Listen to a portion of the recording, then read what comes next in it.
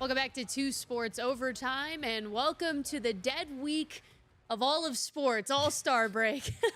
It's great, though. We got a lot to talk about still, even with the All-Star break. Yeah, but it doesn't actually feel like a dead week. It feels like No. we've got a lot going on, and we got a lot of good stuff to break down for y'all, including some NBA. How about that? Yeah, we got some former Flyers in action in the Summer League. Excited to see these guys off and running, doing their thing.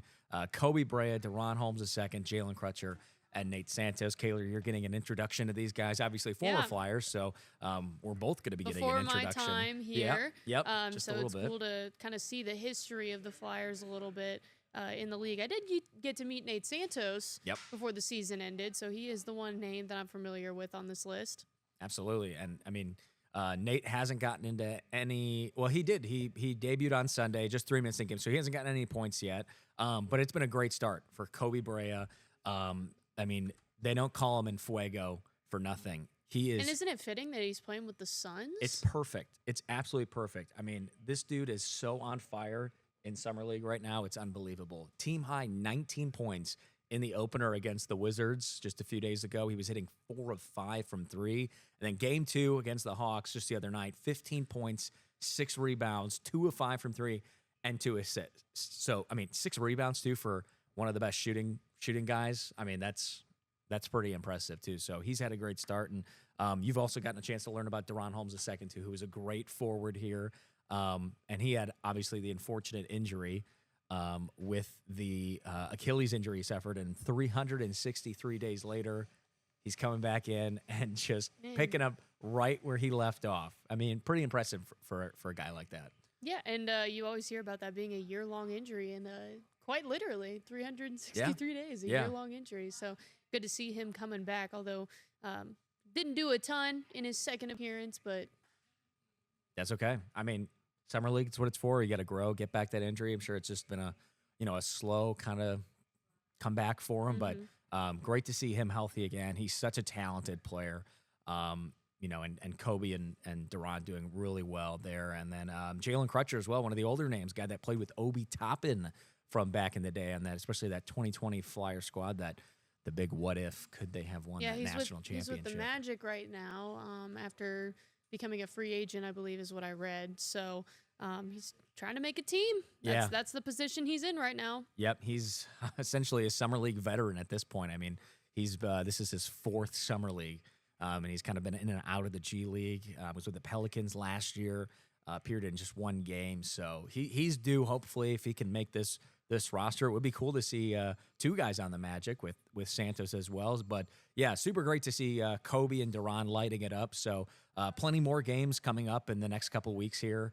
Those games out west over in Vegas for Summer League. So we'll be keeping a close eye on them. Quickly switching gears back to kind of like an in case you missed it. This was really cool. I got a chance to be down at Middletown High School. Kayla Harrison, if that name sounds familiar to you, that's because that is a UFC champion now. One of the best to do it, one of the best female MMA fighters on the planet. She won 2 gold medals in judo, the first one back in London in 2012. How about she was the first American female or male to do so for that. So, I mean, that's pretty impressive there. And she just beat Juliana Pena via submission to win her first ever UFC belt. So that was really cool to see another Middletown native doing well. She's definitely on the Mount Rushmore of Middletown natives. I was going to say, Kyle Schwarber. I'm so impressed by how many big names have come out of this region. It was something that I wasn't aware of until moving here. Like Kirk Herbstreit from just down the road. Of course, I knew he went to Ohio State, but I didn't know he was from right here in the Dayton area.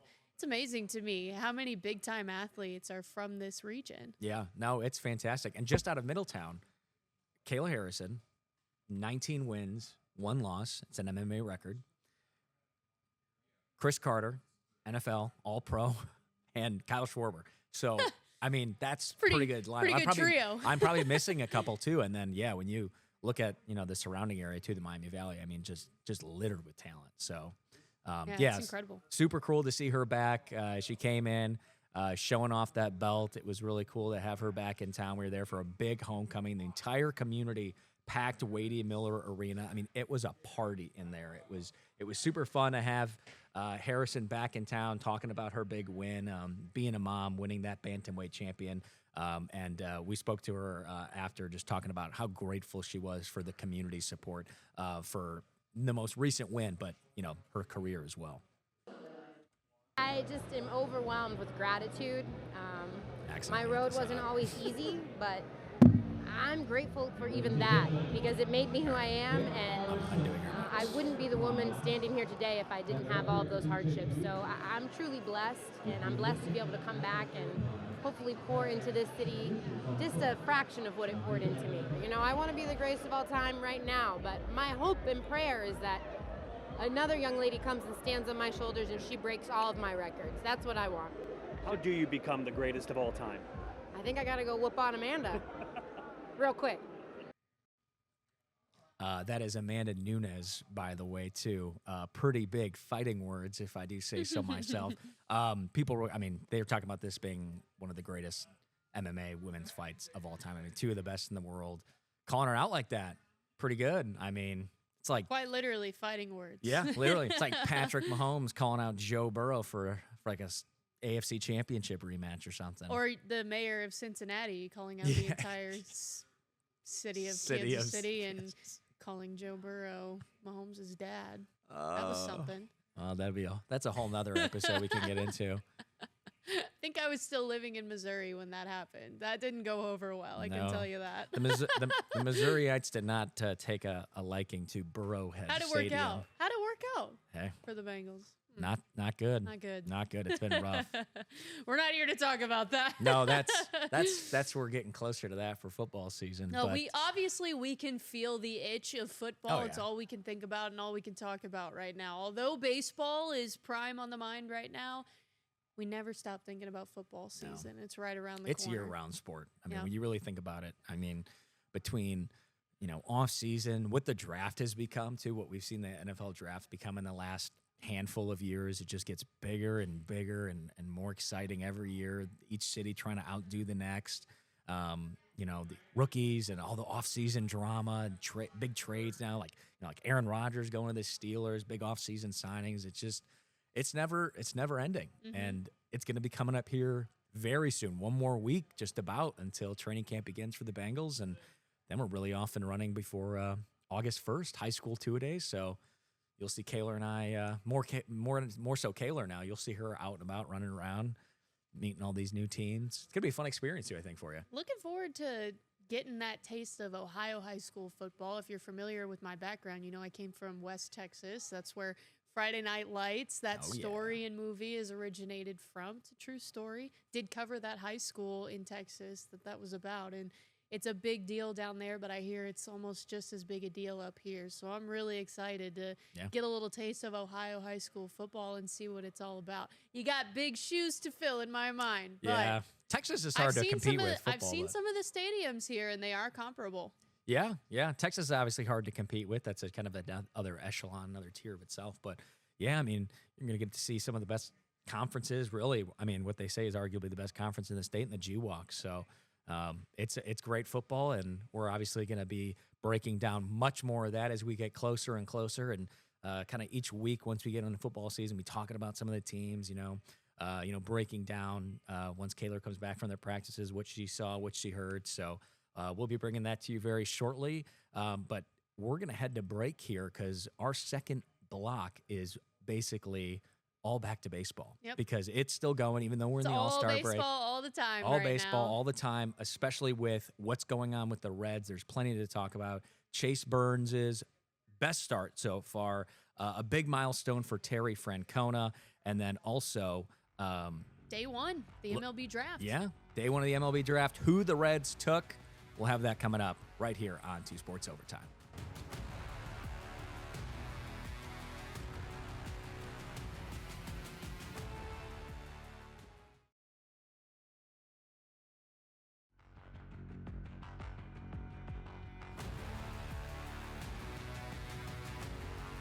Welcome back to Two Sports Overtime for this second block. Kayler Smith, Joey DeBerardino joining you again. Thanks for stopping in once again this week. We just got done talking about a kind of a smorgasbord of things between NBA Summer League, former Flyers, Kayla Harrison back in Middletown, our excitement for football. But we're going to really get into some good nuts and bolts here with still, obviously, heart of the baseball season. It's All-Star break. We just got done talking about, that portion of the season now and some really cool parts about where we're at now with the Reds. Obviously, they've been just a 500 team, kind of hovering right around there, but he's been our mainstay of our show every single week, right? All four.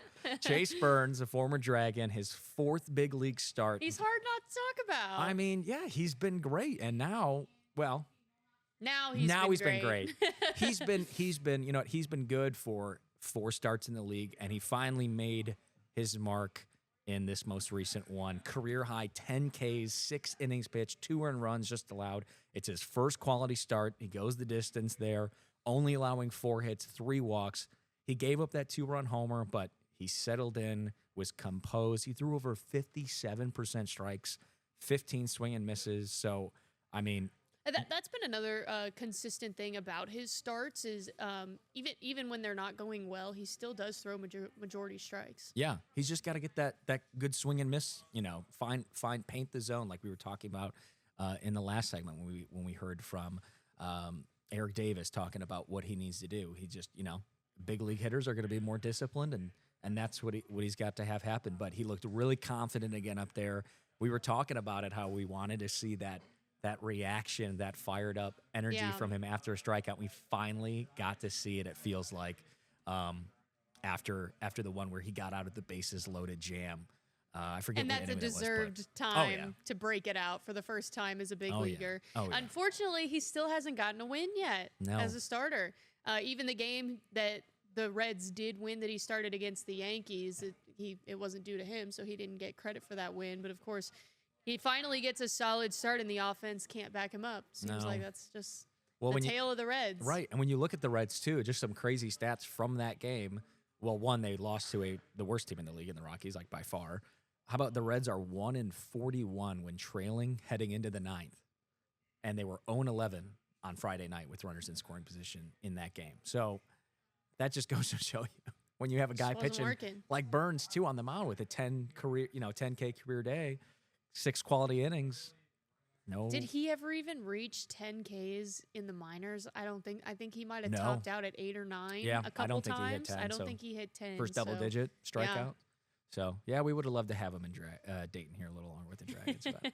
Well, we might be able to see a new star here in Dayton as the first round and second and third of the MLB draft happened on Sunday night as part of those all-star festivities. And if you watch the draft, it was a rather interesting one. I think the rules just changed, Joey, about how they can draft high schoolers. And so we saw about 50% of the first rounders be out of high school, which was really interesting.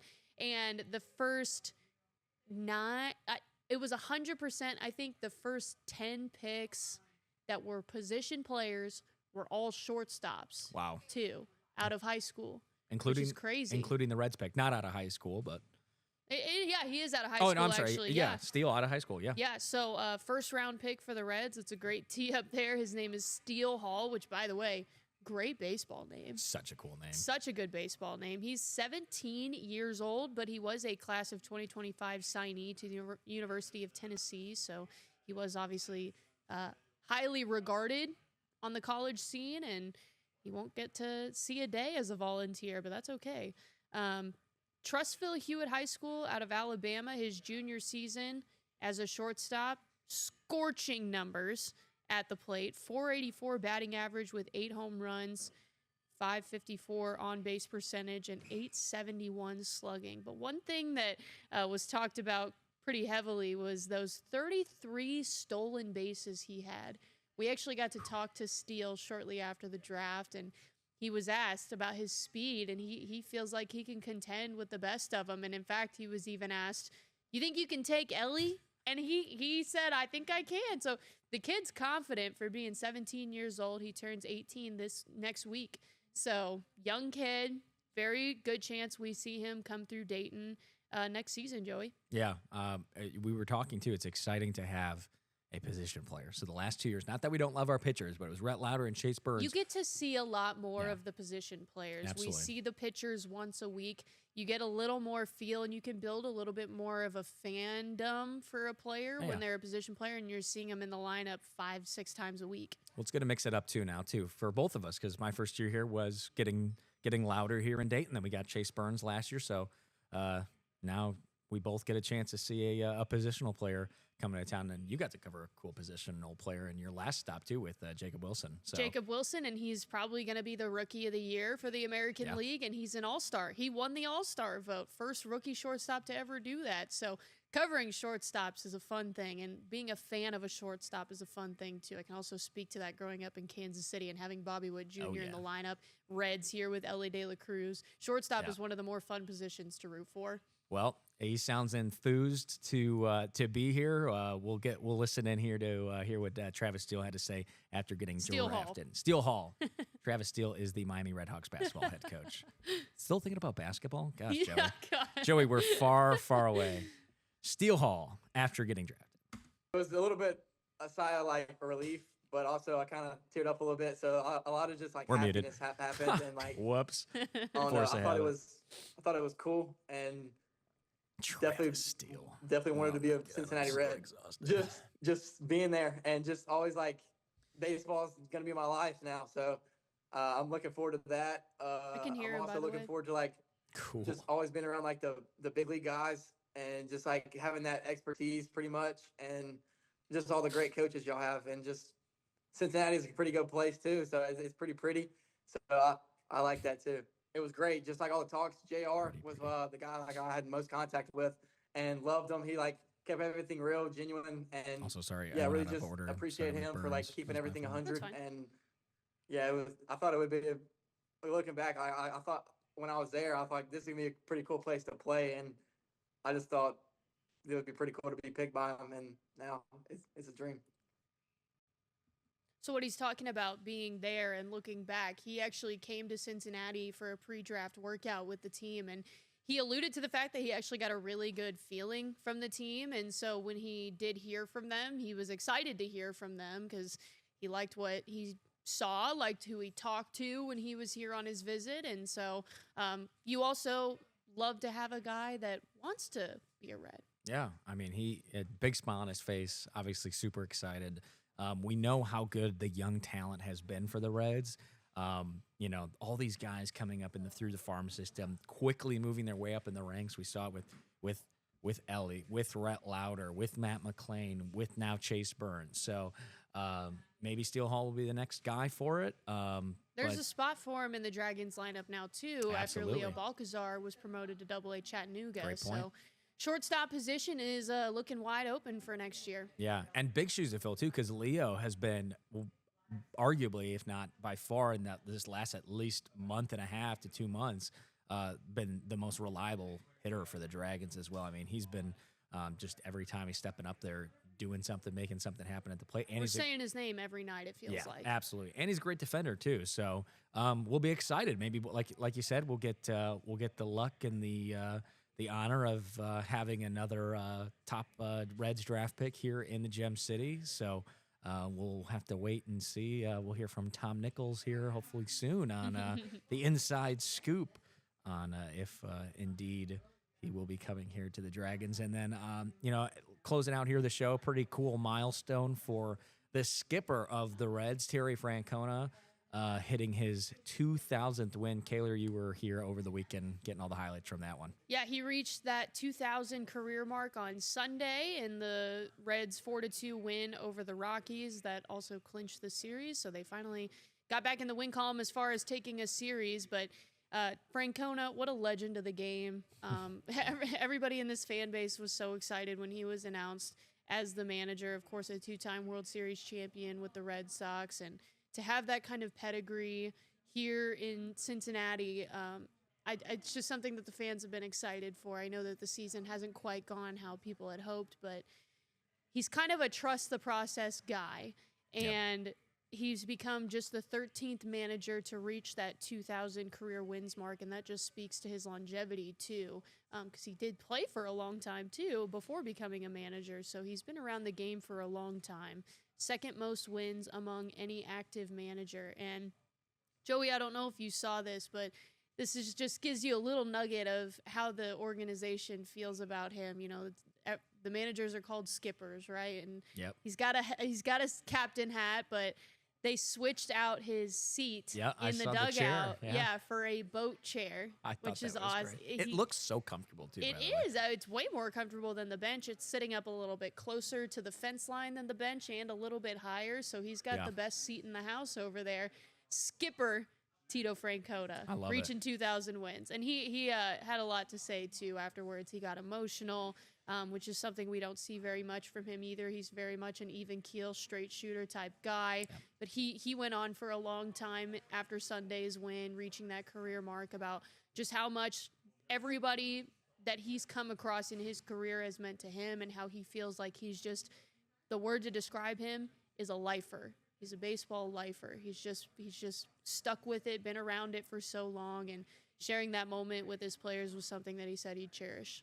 Yeah, it's been fantastic having Tito in the Queen City with the Reds, and that was the same phrase that he used when I was at his introductory press conference. He's a baseball lifer, and you know, the concerns about his health and returning, and you know, this and that, and he said, you know, he wouldn't put himself in a position to not be able to manage a team at a big league level, and the level that he wanted for himself, for the organization, for the fans, for the players, if he felt like he couldn't do it. He felt like he was back healthy again and could do it. And it just, the timing worked out well. The Reds ownership went and pursued him, and now we're lucky enough to call him a manager of the Cincinnati Reds. And obviously, looking at these photos, you know, super grateful. Great it happened at Great American Ballpark too, in front of the hometown fans. Look, he's fired up there, you know, hooping and hollering with the other coaching staff, and the players obviously giving him all the love in the world too. So a time now for All-Star break. Hopefully the Reds can, you know, sit back, regroup, watch their two All-Stars, Elly De La Cruz, Andrew Abbott. Abbott, first time nod. Elly obviously getting his second in a row too. So Cincinnati will be well represented, at least with these two guys. So looking forward to that. That's right. And who knows? Could be a couple more coming through there. Hey, people have compared Chase Burns to Paul Skeens. And Skeens has now made 2 All-Star appearances. Wow, so could we very well see him get to that stature? I mean, it's so hard not to talk about the guy just because he's been so electric to watch and so highly regarded and anticipated this season. But I'm excited to continue to see what Chase Burns has in store for his career. And, of course, I think Elly De La Cruz is only going to become like a 10-time All-Star. I could just see it being that way. If he can stay healthy, I don't see how he doesn't make double-digit All-Stars throughout the course of his career. I'd agree with you. It's hard to argue that logic, especially with the way that guy's playing too. So it was good to see him get that All-Star nod. We talked about it last time, should be getting that starting nod, but that's it's all about the vote. It's you a gotta vote. Get out to vote. They said if Elly De La Cruz was a Dodger, he would have gotten like 8 million votes. So I don't know if that's an accurate statistic or just fans being sad, but it's exciting. Either way, we're going to get to see. Yeah, well, we're going to get to see him and Andrew Abbott coming up this week. Home Run Derby will have happened already on Monday night. So we're just going to continue bringing you all the exciting action when you join us right here next week for another edition of Two Sports Overtime. Hopefully we'll have some more football to talk with you about as we're getting closer and closer. Kayler Smith, I'm Joey DeBerardino. Thanks for tuning in. We'll see you next week.